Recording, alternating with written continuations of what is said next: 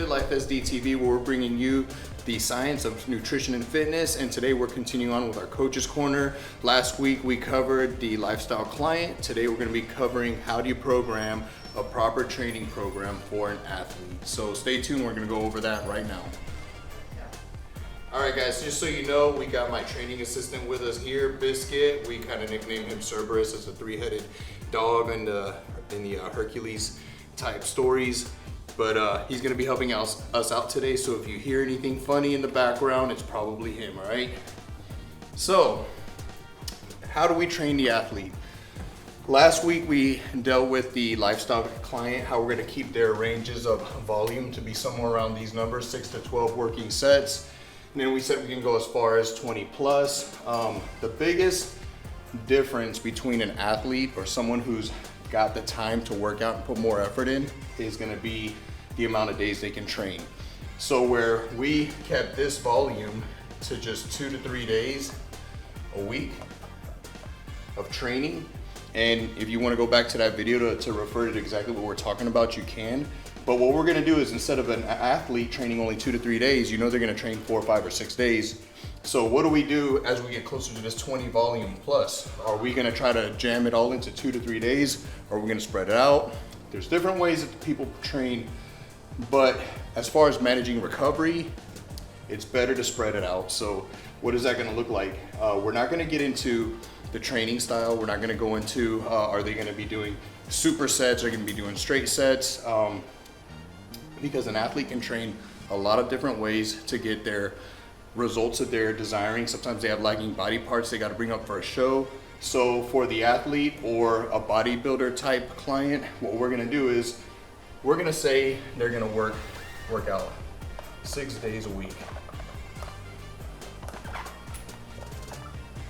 The way we'll divide that up, it could be good to do like a push-pull legs technique. So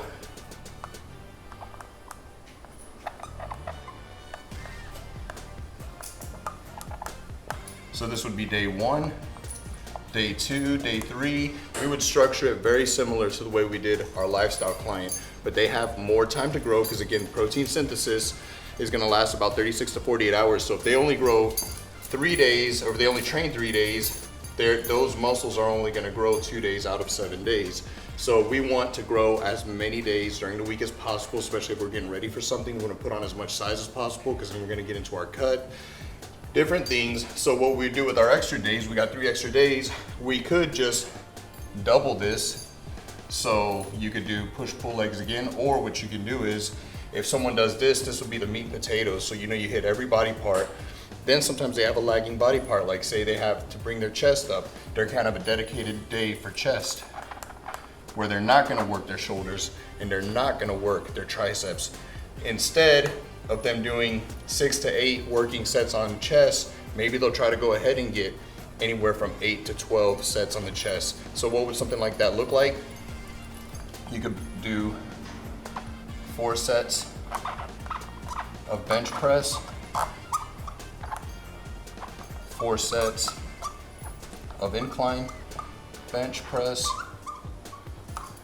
and then you have 8, say we want to round it out. This is your second day for just chest, you have time, and you want to go all the way to 12 working sets. That's definitely going to put you somewhere in your 20 plus, but if you're managing recovery, you're not getting sore, that'll be all right. So then let's say we're going to do 2 sets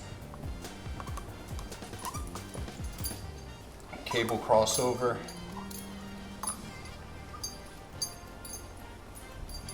and then say you want to do 1 set of push-ups to failure, to really just clean everything up.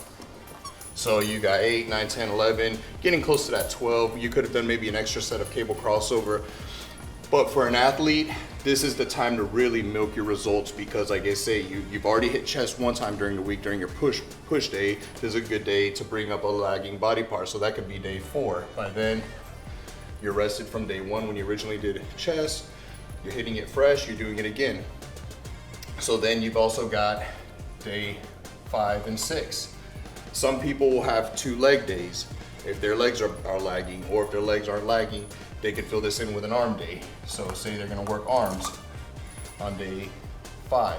I know it's getting kind of hard to follow that, but because we already did chest, but we didn't do triceps, you could go and do an arms day where you're gonna do triceps. Now, someone might say, should you work triceps after you work chest? Because there was some exposure. Yes, because they were just aiding, but the stimulus is still fresh, so you can get some good fresh stimulus on that day 5. You're not gonna overtrain. And if you feel like your triceps are sore from just working chest, then just don't work them, do something different, okay? We got day 6. So again, we're an athlete. We got time to fill in extra volume to get extra growth. So say they did arms and say that their shoulders are lagging. They can try to do 10 sets of different shoulder exercises. We're on the push-pull legs for a lifestyle client. We do very minimal shoulder work because we're assuming the shoulders are gonna work with the chest. We would just be doing lateral raises also on just a regular lifestyle client. But say someone's got lagging shoulders and they gotta bring them up for the competition. You could take day 6 and really work on the shoulders. You could do 3 sets of some kind of a dumbbell press, 3 sets of lateral raises, then you could do shoulder front raises. You can, as long as you're still, it's a second day, so we don't want to go to 20 working sets for that body part in one day because that would just be too much for most individuals. But this is this is per week what we want to hit. So if you've hit some shoulders on push day, now we're coming to day 6, you're fresh again, you could spend some time getting maybe 6 to 10 more working sets of different exercises on the shoulders. So again, we're keeping it simple because an athlete can train many different ways. They could do pyramid style training, they do reverse pyramid, straight sets, they could do giant sets, super sets. There's all kinds of ways depending on how the coach determines that client is gonna need. However, you just wanna make sure you're utilizing your volume correctly because too much volume can cause you to lose muscle, okay, if you overtrain, but too little volume can cause you to leave gains on the table. And if you have these extra days and you have someone that's willing to dedicate it to, we wanna make sure that we are doing our best to fill in our prescribed volumes intelligently to bring up lagging body parts and grow the whole body as a whole because that's where they're gonna be judged on. So, if you have any questions on what to do specifically for a certain type of athlete, you can just shoot us a DM or leave us a comment and we'll do our best to maybe incorporate it in our next video. We're keeping it simple because again, we can go a lot of different places, but keep the volumes in check, maybe double it up. Again, you could do push-pull legs, or push-pull legs, then isolate days for body parts, keeping the volumes simple, and you should have good results for your client. So make sure if you haven't already, hit the like button and subscribe. Again, shoot us a message if you need to, and we'll have more for you coming soon.